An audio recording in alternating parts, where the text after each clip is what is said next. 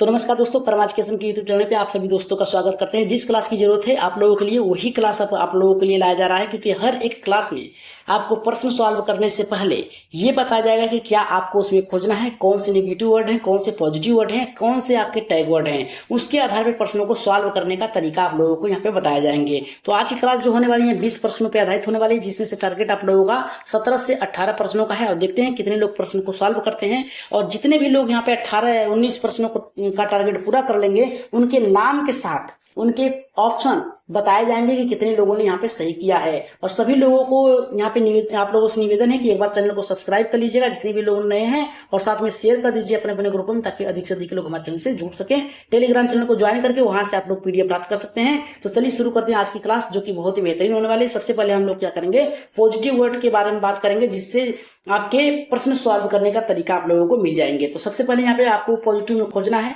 सहयोगात्मक अधिगम। अगर आप लोग सीडीपी के प्रश्न सॉल्व कर रहे हैं, याद रखिएगा आज के जितने भी प्रश्न यहाँ पे हैं वो सभी के सभी टैग वर्ड जो हैं आपके सीडीपी से यहाँ पे संबंधित है। तो सबसे पहले आपको सहयोगात्मक खोजना है पॉजिटिव में। दूसरा खोजना है संवादात्मक वातावरण, मतलब क्या है कि आदान प्रदान की क्रियाएं, बोल चाल की भाषा के आधार पर अगर दिया है वातावरण में तो वो आपके यहाँ पे सही होंगे। अगर बालक केंद्रित शिक्षण दिया है तो सबसे महत्वपूर्ण आपका सबसे पहले ये सही होगा, पॉजिटिव वर्ड होगा, क्योंकि बालक केंद्रित शिक्षा के आधार पर यानी बालक के अनुसार आपको पढ़ाना है। जिस प्रकार से हम कह सकते हैं कि बालक किस प्रकार से सीखने की रुचि रख रहा है, उसको जानकर शिक्षक को पढ़ाने का प्रयास करना चाहिए। यहाँ पे आवश्यक आधारित शिक्षण, आवश्यकता आधारित मतलब किस बालक को किस प्रकार की आवश्यकता है शिक्षण ग्रहण करने के लिए, उस पर आधारित आपको अगर ऑप्शन में नजर आ रहे हैं और यहाँ पे प्रश्न, तो आप सही कर सकते हैं। समावेशी का मतलब होता है सभी बालकों को एक साथ लेके रखना, चाहे वो अक्षम बालक हो, चाहे वो सुन नहीं सकते हो, चाहे वो चल नहीं सकते हो, उनको एक साथ शिक्षा, एक समान शिक्षा देने की प्रावधान ये आपको ऑप्शन में ढूंढना है। पहला सहयोगात्मक अधिगम, संवादात्मक, बाल केंद्रित, आवश्यकता आधारित शिक्षण और समावेशी कक्षा, ये आपको ढूंढना है। नेक्स्ट अगर हम बात करें सकारात्मक प्रश्न के, तो सबसे पहले आपको अगर ऑप्शन में नजर आए यहाँ पे सक्रिय अधिगम नजर आ रहा है, यानी सक्रिय का मतलब होता है बालकों में जिज्ञासा और लालसा रहे सीखने के लिए, और किसी भी प्रकार से सीखने का प्रयास हो वो सीख सकें। सातवां में अगर ऑप्शन में आए अवलोकन आधारित यहाँ पे मूल्यांकन, मतलब देख कर किसी कार्य को बालक कर रहा है तो वो ऑप्शन आपका क्या होगा, सही होगा। सहकर्मी अधिगम मतलब क्या है, अपने सहपाठियों के साथ सीखना, ये अगर ऑप्शन में नजर आए तो आपको सही कर देने हैं। यहाँ पे कह रहा है नेक्स्ट यहाँ पे शिक्षक छात्र संवाद, यानी अगर शिक्षक से बालक जो है कोई प्रश्न पूछ रहा है तो उसकी जिज्ञासा को शांत करना एक शिक्षक का कर्तव्य है। तो अगर ये ऑप्शन में नजर आए आपको शिक्षक छात्र संवाद, आपको ऑप्शन सही करना है। स्व प्रेरणा, यहाँ पे कह रहा है कि खुद से अगर किसी चीज को सीखने की जिज्ञासा है तो आप उसको बालक को बढ़ावा देना चाहिए, ये आपके ऑप्शन में नजर आए तो सही करना है। रचनावाद, रचनावाद का मतलब होता है नए नए चीजों की निर्माण करना, ये अगर आपको ऑप्शन में नजर आए तो आप लोग सही करिएगा। विकासात्मक यहाँ पे उपयुक्तता, मतलब क्या है कि किसी भी कार्य को करने के लिए आगे किस प्रकार से बढ़ाना है, बालकों को किस प्रकार से सिखाना है, वो आपका विकासात्मक होगा। आगे बढ़ते हैं यहाँ पे नेक्स्ट टॉपिक जो है आपका यहाँ पे पॉजिटिव से जो आपको प्रश्न में खोजना है। सबसे पहले बहुबुद्धि का सिद्धांत, मतलब हर बालक जो होता है उसकी बुद्धि जो होती है, सोचने समझने की शक्ति जो होती है अलग अलग होती है। अगर ऑप्शन में नजर आए तो आपका सही है।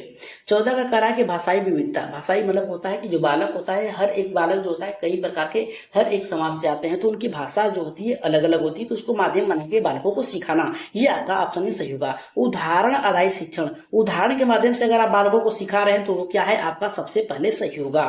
नेक्स्ट कह रहा है आपका यहाँ पे मनोवैज्ञानिक, यहाँ पे सुरक्षित वातावरण, किस प्रकार से वातावरण में बालक सीख रहे हैं उसको माध्यम बना के आपको सिखाना है। नेक्स्ट कह रहा है कि स्व अभिव्यक्ति को बढ़ावा देना, यानी खुद की सीखने की जिज्ञासा को किस प्रकार से बालकों को बढ़ाना है, शिक्षक का ये कार्य होना चाहिए। नेक्स्ट हमारा यहाँ पे 19वां कह रहा है सकारात्मक पुनर्बलन, मतलब क्या है, हमेशा ऐसे बालकों को, अगर कोई बालक सीख नहीं रहा है, किसी कार्य को करने में रुचि नहीं ले रहा है, तो बालक को हमेशा ऐसे चीज को बताना चाहिए जिससे वो क्या करे, पुनर्बलन ले सके, यानी पहले किया उसको सकारात्मक सोच मिले, विकसित हो। नेक्स्ट कह रहा है कि स्व अध्ययन अनुभव, यहाँ पे कह रहा है आत्म मूल्यांकन, ठीक, आत्म मूल्यांकन, ये आपका ऑप्शन जो होगा सही होगा। ठीक, नेक्स्ट प्रश्न पे आगे बढ़ते हैं। यहाँ पे एक मिनट, सॉरी,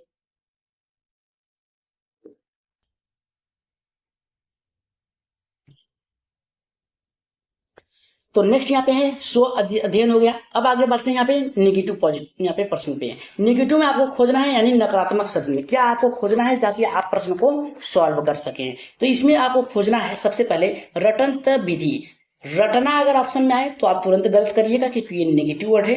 दंड आधारित अनुशासन, ये भी आपका क्या होगा, आपका ऑप्शन गलत होगा। नेक्स्ट करा कि भय युक्त, यानी भययुक्त अगर है, यानी भय के साथ शिक्षा देने की बात कर रहा है, तो ये आपका ऑप्शन क्या होगा, नेगेटिव होगा, यानी गलत होगा। अगर हम बात करें यहाँ पे चौथा करा कि तुलनात्मक यहाँ पे मूल्यांकन है, किसी एक व्यक्ति का दूसरे व्यक्ति से आप तुलना नहीं कर सकते हैं। अगर ऑप्शन में नजर आए तो तुरंत काट दीजिएगा। शारीरिक दंड नहीं दे सकते हैं, एनसीएफ 2005 के अनुसार किसी बालकों को आप दंड नहीं दे सकते हैं। नेक्स्ट हमारा कह रहा है कि एक रूपता, यहाँ पे कह रहा है कि एक रूप शिक्षण पद्धति, यानी किसी एक ही पद्धति का प्रयोग करके बार बार सिखाना नहीं। अगर बालक सीख नहीं रहा है तो उस पद्धति को क्या है, चेंज कर देना है जिससे बालक सीख सके। नेक्स्ट करा कि अभिव्यक्ति की, यहाँ पे करा कि निषेधता, ये भी ऑप्शन में नजर आई, ये आपका निगेटिव वर्ड है। एक तरफा संवाद, केवल शिक्षक ही बात कर रहा है, आपको उस छात्र को मौका नहीं दे रहा है, ये ऑप्शन क्या होगा, गलत होगा। नेक्स्ट करा कि अवलोकन की अनुपस्थिति, मतलब क्या है, बालकों को देख कर सीखने की जो गति है उस पर रोक लगाना, ये आपका क्या होगा, आपका गलत होगा। बालक जितना देखेगा उतना अच्छे से सीखेगा। अगर हम बात करें 10वें की, अवास्तविक अपेक्षाएं की बात कर रहा है कि जो है नहीं उस पे केवल बात करना, वास्तविक जीवन के साथ जोड़कर पढ़ाना ही सही होगा, अवास्तविक जीवन के साथ पढ़ाना ये आपका गलत होगा। शिक्षक प्रधान कक्षा, मतलब केवल शिक्षक ही प्रधान हो, जो कहे वही सही हो। यहाँ पे छात्र की जिज्ञासा को शांत नहीं करना, शिक्षक कह दिया कि बैठो तो बैठो, पढ़ना तो पढ़ो, नहीं पढ़ना है तो मत पढ़ो। अगर ऐसे ऑप्शन में नजर आए तो आपको निगेटिव होंगे। मानसिक दबाव नहीं डाल सकते हैं बालकों को कि यही आपको करना है तो करना है, नहीं, ऐसा नहीं। बालक को भयमुक्त होना चाहिए वातावरण, जिससे बालक सक्रिय रूप से सीख सके। 13 का कह रहा है कि कम अंक के लिए अपमान नहीं करना है किसी बालक को, उसे प्रेरित करना है ताकि दूसरे का उदाहरण देके सिखाना है ताकि बालक अच्छे से सीख सके। ये सब आपके निगेटिव वर्ड थे। नेक्स्ट हमारा कह रहा है कि सृजनात्मकता की अनदेखी नहीं कर सकते हैं। बालक जितने अच्छे से क्रिएटिव होगा, जितने अच्छे से सीखेगा, उसे और भी प्रोत्साहित करें। नेक्स्ट करा कि समूह चर्चा की अनुपस्थिति, देखिए समूह चर्चा हमेशा एक सकारात्मक होता है। अगर समूह चर्चा नहीं कराएंगे तो बालक अपने में ही बधा रहेगा। 16 का करा कि भाषाई पक्षपात नहीं करेंगे कि किसी बालक की भाषा भोजपुरी है, किसी बालक की भाषा संस्कृत है, किसी बालक की भाषा हिंदी है, किसी बालक की आपकी मराठी है, तो आप उस पर पक्षपात नहीं करेंगे, सभी को एक समान आपको शिक्षा देना है। नेक्स्ट करा कि बाल अधिकारों का हनन नहीं कर सकते हैं, जो भी बालकों की जो भी मनोकामनाएं उसे पूरा करेंगे। लिंग आधारित भेदभाव, यानी कोई लड़का है कर सकता है, कोई लड़की है कर सकती है, ये भेदभाव आपको नहीं करना है। सामाजिक तुलना नहीं कर सकते हैं एक दूसरे की, ये आपका निगेटिव है। भावात्मक उपेक्षा नहीं करेंगे, अपेक्षा करेंगे, ये निगेटिव वर्ड है।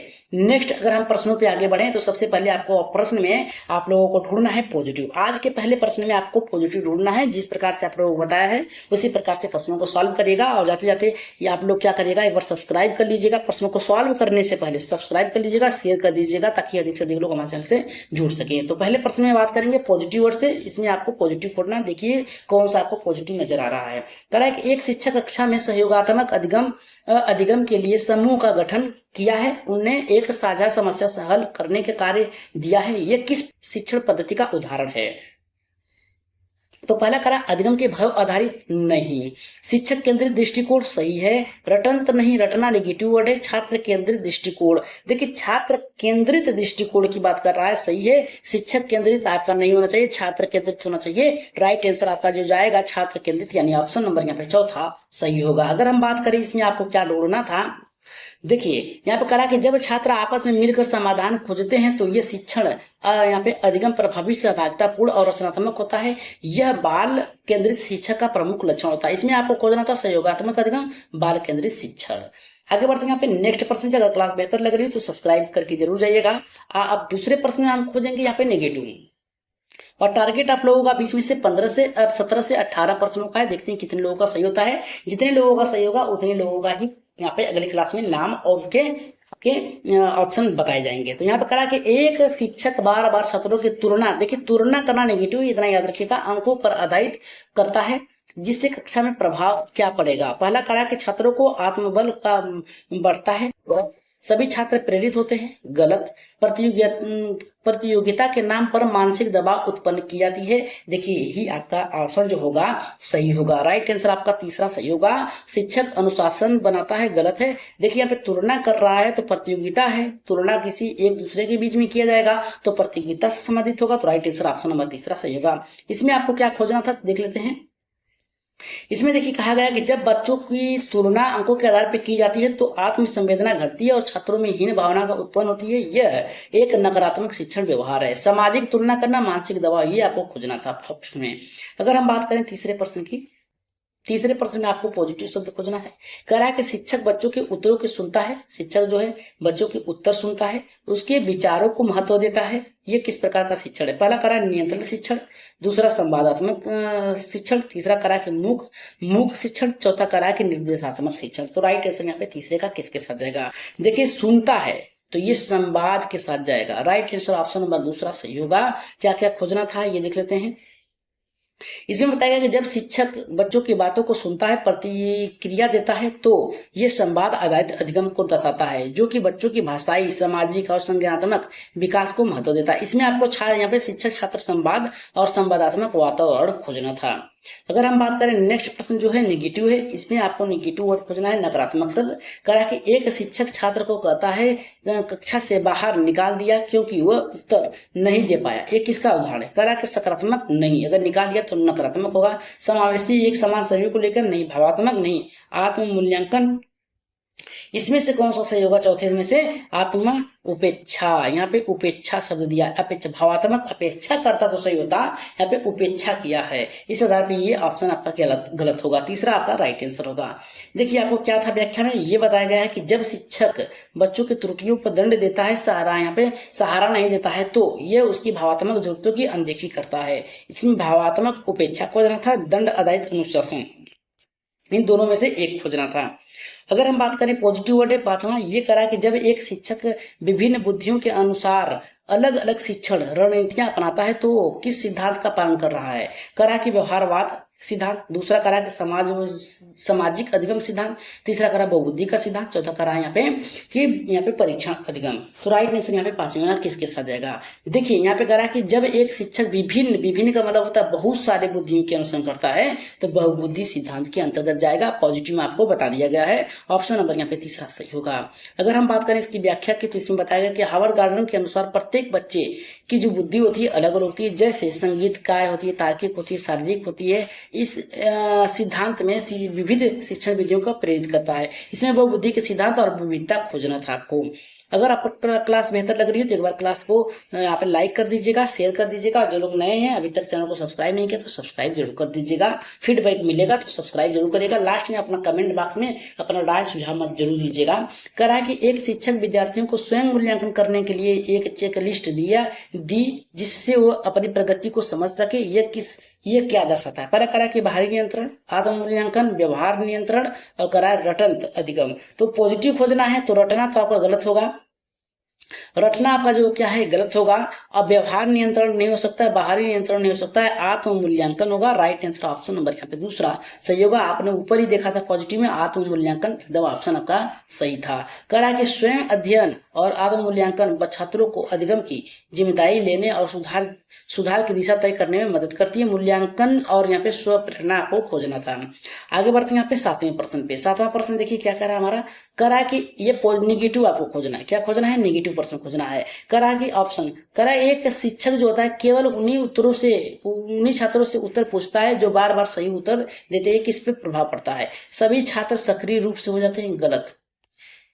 दूसरा करा कमजोर छात्रों में आत्मविश्वास आ जाता है। जब उनको आता ही नहीं प्रश्न है, उनसे पूछेंगे नहीं तो आत्मविश्वास कहां से बढ़ेगा? कमजोर छात्र को हतोत्साहित मतलब होता है रोकना, यही आपका सही होगा। यही ऑप्शन क्या होगा? आपका सही होगा। राइट आंसर आपका जाएगा तीसरा के साथ जाएगा, तीसरे के। यहाँ पे चौथा करा कक्षा में समान सहभागिता नहीं है क्योंकि किसी एक छात्र से ही पूछ रहा है। तो राइट आंसर ऑप्शन नंबर यहाँ पे तीसरा सही होगा। आगे बढ़ रहे हैं यहाँ पे इसकी व्याख्या के बारे में देख लेते हैं क्या कह रहा है। करा कि यदि शिक्षक केवल कुछ छात्रों को प्राथमिकता देता है तो अन्य छात्रों की हीन भावना आत्मसंलग्नी होती है। किसी एक से पूछेंगे तो दूसरे को यही लगेगा कि हमसे नहीं पूछ रहे हैं, बार बार उसी से पूछ रहे हैं। अभिव्यक्ति, निश्चितता और सामाजिक तुलना, ये खोजना था आपको टैग वर्ड में। अगर हम बात करें आठवें प्रश्न की तो आठवां में देखिए क्या कर रहा है हमारा यहाँ पे, ये करा कि एक शिक्षक बच्चों के खुले वातावरण के समूह चर्चा करने देता है। यह किस अधिगम दृष्टिकोण को दर्शाता है? रटने की नहीं, संवाद आधारित अधिगम की बात कर रहा है, एकदम सही है, पॉजिटिव है। करा नियंत्रण तो नहीं कर रहा है, निर्देश तो नहीं दे रहा है,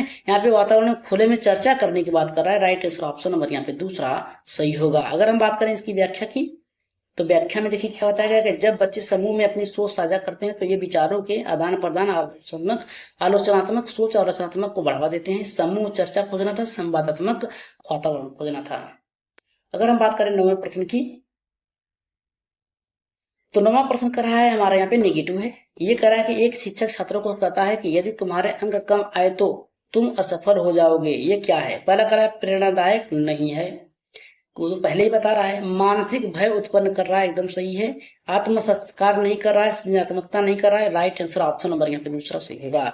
अगर हम बात करें यहाँ पे इसकी पॉजिटिव में क्या खोजना था, नेगेटिव में, तो यहाँ पे कह रहा है कि इस प्रकार के जो कथन होते हैं आत्मसम्मान को कम यहाँ पे करते हैं और उनके असफल को डर बना भर देते हैं। भय युक्त शिक्षण और मानसिक दबाव, यही आपको प्रश्न में खोजना था। अगर हम बात करें 10वें प्रश्न की, तो 10वां पॉजिटिव प्रश्न है। ये करा कि शिक्षक बच्चों को प्रोजेक्ट कार्य देते हैं जिसमें वे स्वयं विषयों को खोजते हैं और समाधान तैयार करते हैं। ये किस प्रकार के अधिगम है? देखिए ये पॉजिटिव है तो पॉजिटिव ही खोजना है। निष्क्रिय अधिगम, यहाँ पे निष्क्रिय तो नहीं होगा, सक्रिय होना चाहिए। परियोजना अवधि, देखिए किसी कार्य को करने की बात कर रहा है तो परियोजना ही होगा। यहाँ पे करा है व्यवहार दृष्टिकोण नहीं, रटना नहीं। राइट आंसर ऑप्शन नंबर यहाँ पे दूसरा सही होगा। सभी लोग टैग वर्ड का ही प्रयोग करके प्रश्नों को सॉल्व करिएगा। यहाँ पे करा है कि प्रोजेक्ट विधि में बच्चे अपने अनुभव से सीखते हैं जिसमें उनसे रचनात्मक समस्या समाधान और आत्मनिर्भरता बढ़ती है। सक्रिय अधिगम और नवाचार, ये जो है आपके प्रश्न में खोजना था। आगे बढ़ते हैं यहाँ पे 11वें प्रश्न पे।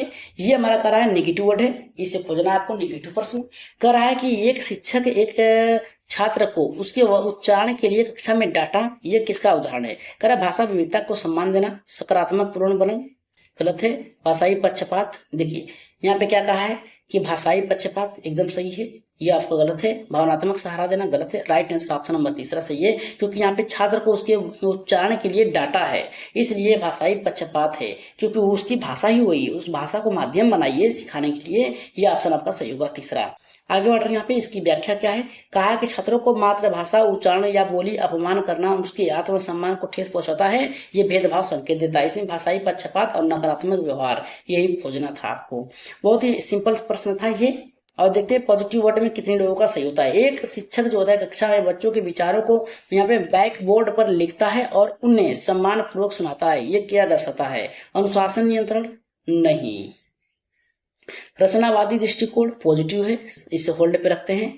करा नियंत्रण, यहाँ पे करा है नियंत्रणात्मक कक्षा नहीं, निर्देशात्मक नहीं। राइट आंसर ऑप्शन नंबर दूसरा, क्योंकि यह ब्लैक बोर्ड पे लिखता है और उन्हें सम्मान पूर्वक सुनता है, ये दर्शाता है आपका रचनावादी शिक्षण की ओर। आगे बढ़ते हैं, इसकी व्याख्या क्या है उसको देख लेते हैं। व्याख्या बहुत ही जरूरी है क्योंकि आपकी जिज्ञासा को शांत करना हमारा फर्ज है, इसलिए व्याख्या रखा गया है। करा रचनावाद में बच्चों को अनुभव और विचारों को महत्व दिया जाता है जिससे वे अपने ज्ञान को स्वयं निर्माण करते हैं। इसमें आपको खोजना था रचनावाद स्वयं अभिव्यक्ति खोजना था, ये ऑप्शन में आपको नजर आए तो पॉजिटिव है। अगर हम बात करें 13वें प्रश्न की, तो ये करा कि यदि इसमें देखिए नेगेटिव खोजना है। यदि एक शिक्षक जो होता है केवल अच्छे अंक लाने पर जोर देता है और बच्चों को उसकी समझ की उपेक्षा करता है, अपेक्षा होना चाहिए लेकिन यहाँ पे उपेक्षा दिया है, तो किस प्रकार की यहाँ पे त्रुटि है? आत्म मूल्यांकन की नहीं, यहाँ पे मूल्यांकन की विविधता नहीं, सतही हाँ जल्दीबाजी होनी चाहिए, सुधारात्मक नहीं।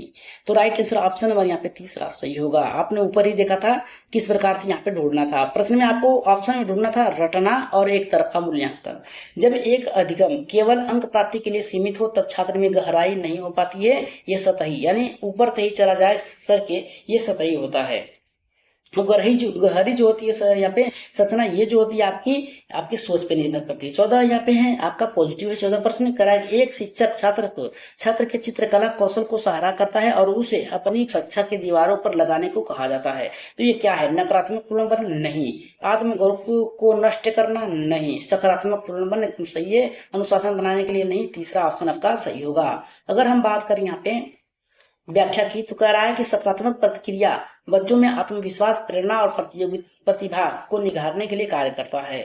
यहाँ पे देखिए क्या कर रहा है, टैग वर्ड में सकारात्मक प्रणवन और स्वयं अभिव्यक्ति आपको खोजना था। अगर हम बात करें यहाँ पे आज की क्लास अगर बेहतर लग रही तो सब्सक्राइब कर लीजिएगा, प्लीज सब्सक्राइब करिएगा और शेयर कर दीजिएगा अपने ग्रुप में, ताकि अधिक से अधिक लोग हमारे चैनल से जुड़ सके। और टेलीग्राम चैनल को ज्वाइन कर लीजिएगा और वहां से पीडीएफ प्राप्त कर सकते हैं। 15वां प्रश्न देखिए क्या कर रहा है कि शिक्षक द्वारा किसी छात्र को निकम्मा या बेवकूफ कहना क्या दर्शाता है? यहाँ पे प्रेरक तो नहीं कराएगा, भावात्मक उपेक्षा उपेक्षा ही होगा आपका। कह रहा है कि भाषाई विकास नहीं, सहयोगात्मक नहीं होगा। राइट आंसर ऑप्शन नंबर यहाँ पे तीसरा दूसरा सही होगा। दूसरा सही, यहाँ पे दूसरा प्रश्न यहाँ पे सही होगा। इसमें क्या आपको देखिए खोजना था, इसमें खोजना था भावात्मक उपेक्षा और दंडात्मक। कह रहा कि इस तरह की जो भाषा होती है ये बच्चों में हीन भावना और डर की स्कूल की दूरी उत्पन्न करती है, इसमें बाल अधिकारों का हनन होता है। अगर हम बात करें 16वें प्रश्न की, तो 16 का बहुत ही अच्छा प्रश्न है। ये कह रहा है कि जब एक शिक्षक स्वयं से पढ़ने लिखने और बोलने के अवसर देता है तो किस प्रकार पर जोर देता है। निष्क्रिय निष्क्रिय नहीं होना चाहिए, सक्रिय होना चाहिए। शिक्षक केंद्रित नहीं होना चाहिए, छात्र सहभागिता सक्रिय होनी चाहिए। राइट आंसर ऑप्शन नंबर तीसरा सही होगा, रटना नहीं होगा। ऑप्शन नंबर यहाँ पे तीसरा जो होगा 100% आपका सही होगा। अगर हम बात करें इसकी व्याख्या की, तो इसमें बताया गया है सक्रिय भागीदारिता जो होती है बच्चों का अधिगम रुचि लेता है और आत्मविश्वास बढ़ाता है और उसकी जिज्ञासा को संतुष्ट होता है। इसमें सक्रिय अधिगम और स्वयं अभिव्यक्ति भी जहां पे आए एकदम सही होगा, क्योंकि ये बालकों से संबंधित होता है।